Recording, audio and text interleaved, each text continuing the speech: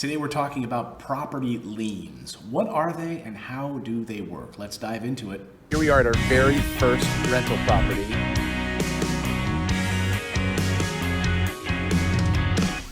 Hey everyone, I'm Clayton Morris. I'm Natalie Morris. And this is the show where we help you build financial intelligence so you can build financial freedom. We've done it with buy and hold real estate. So we teach you how to buy and hold real estate for the rest of your life. And with that comes liens on properties, right? We've had our fair share of these. We have, and there are good liens and there are bad liens, like a good witch and a bad witch, right? Right. And so you just need to understand what a lien is and what your rights are as the property owner, right? So at the highest level, a lien is simply someone's legal right to a possession of yours. Absolutely right. So a lien is basically a list that is recorded with the county where the property is of who is owed on this property. Now, an example of a good lien, right, usually is a mortgage or a home equity line of credit or something like that from the bank, right? You didn't put all the money into buying this. You asked the bank for help. The bank is recorded usually in first position as a lien holder, right? That means if the property is sold and they don't get paid back because you maybe have defaulted on the loan or something, they are in first position to get their money paid back. Now, the mortgage holder is almost always in first position, but will get knocked out by the city or the county. Right. So if for some reason you have delinquent taxes and the city has to sell your property, the city or the county will always get paid first. That's in most municipalities. There may be a few around the country where that's not the case, but for the most part, mortgage holders are in first position and get knocked out by any tax liens. Okay, the city always puts itself first. So that's a good lien, right? And it's also a level, it's a blanket of security. A lien is a blanket of security. So a lot of times we've worked with different hard money lenders, private money lenders that will put a lien against certain assets and properties as a security measure for themselves, right? Right. So it's just a protection. It's a level of protection. Or sometimes we'll loan to somebody as a private lender, and then that loan, say from my IRA or from my bank account, right, gets recorded at the county. So if someone goes and tries to sell the property and doesn't tell me, it's not possible that I don't get paid back because the title company is going to see it as a list of liens on that property, and the title company legally has to pay it, right? Now, there's been times when I started in the wholesaling business and I was picking up properties from motivated sellers that were trying to sell this piece of dump property, right? They would tell me one thing about the property, that, you know, if they could just make $50,000, then they'll sell it to me. Great.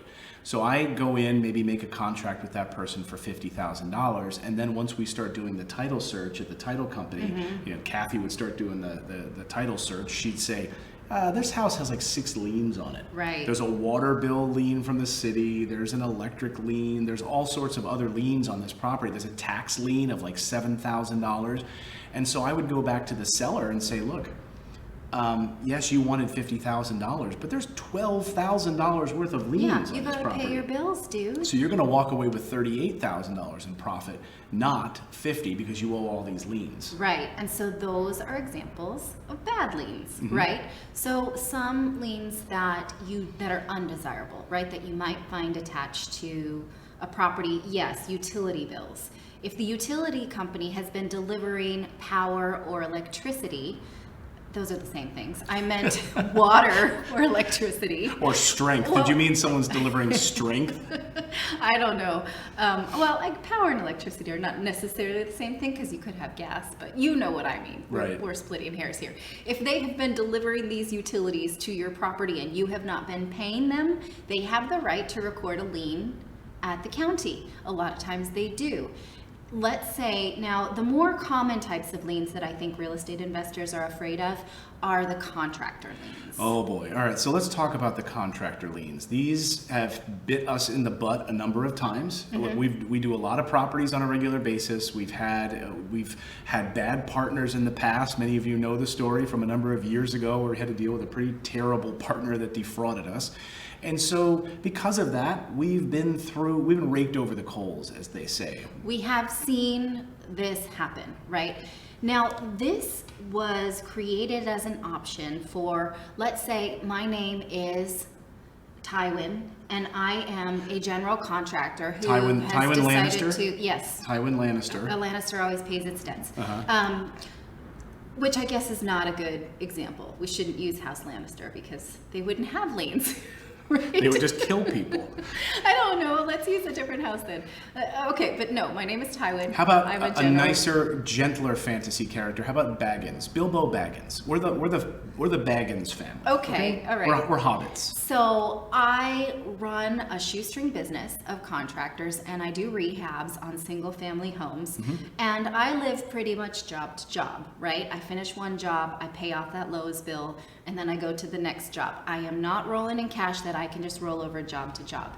And then I go and do a job, and my employer, the investor who owns that house, stiffs me. I don't get paid, right?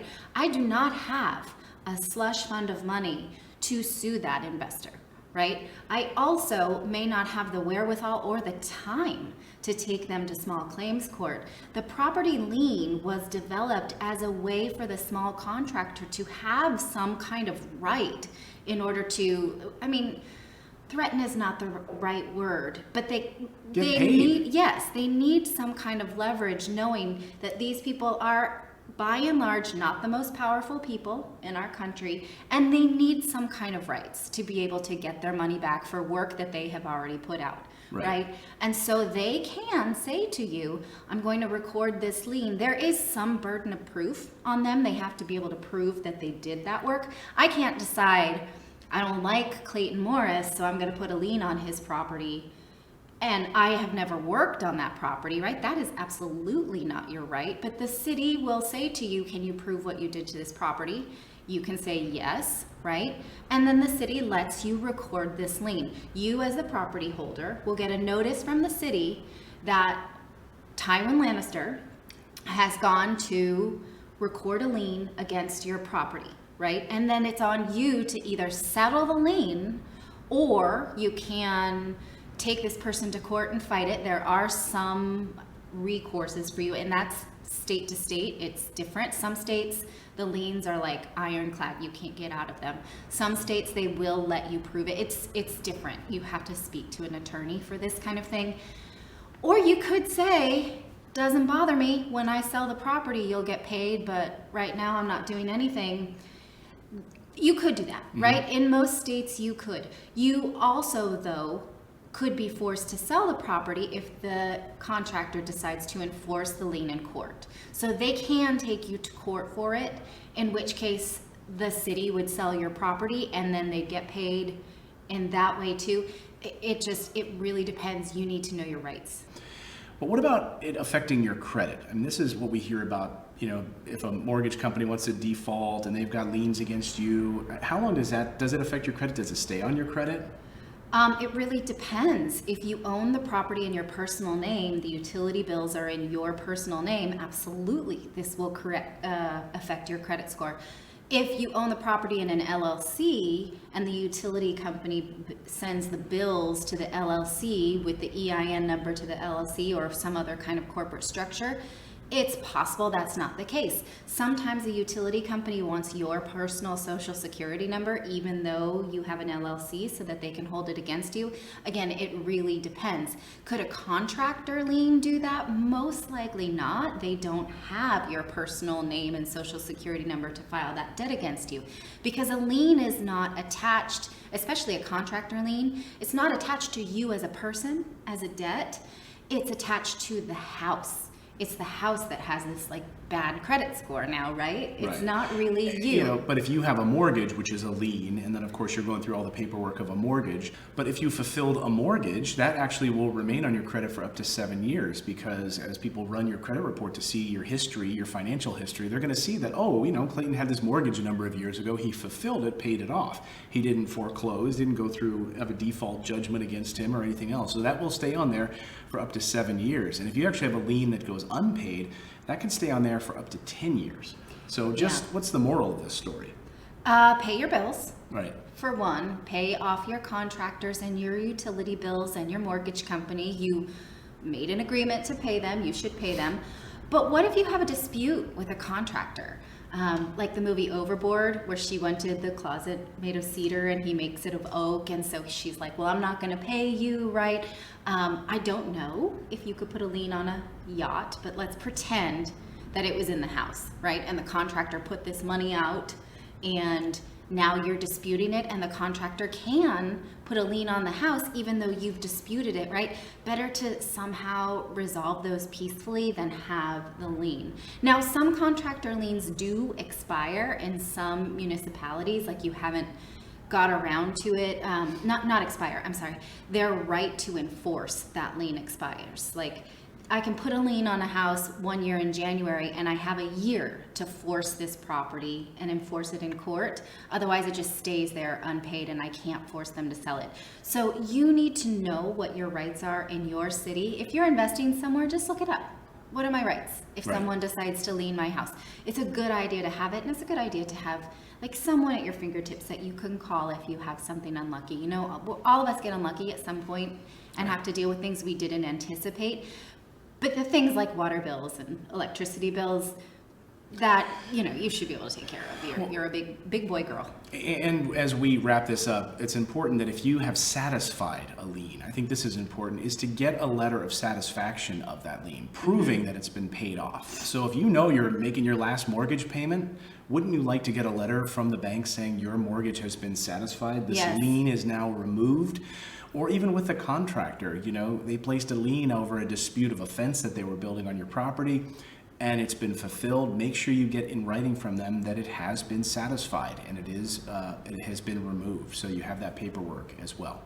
So there you go. That's all about liens today. Not terribly sexy, but incredibly important when it comes to real estate investing. Now go out there, take action, become a real estate investor. We believe it's the #1 way to build wealth, even if you have to deal with liens from time to time. We'll see you next time.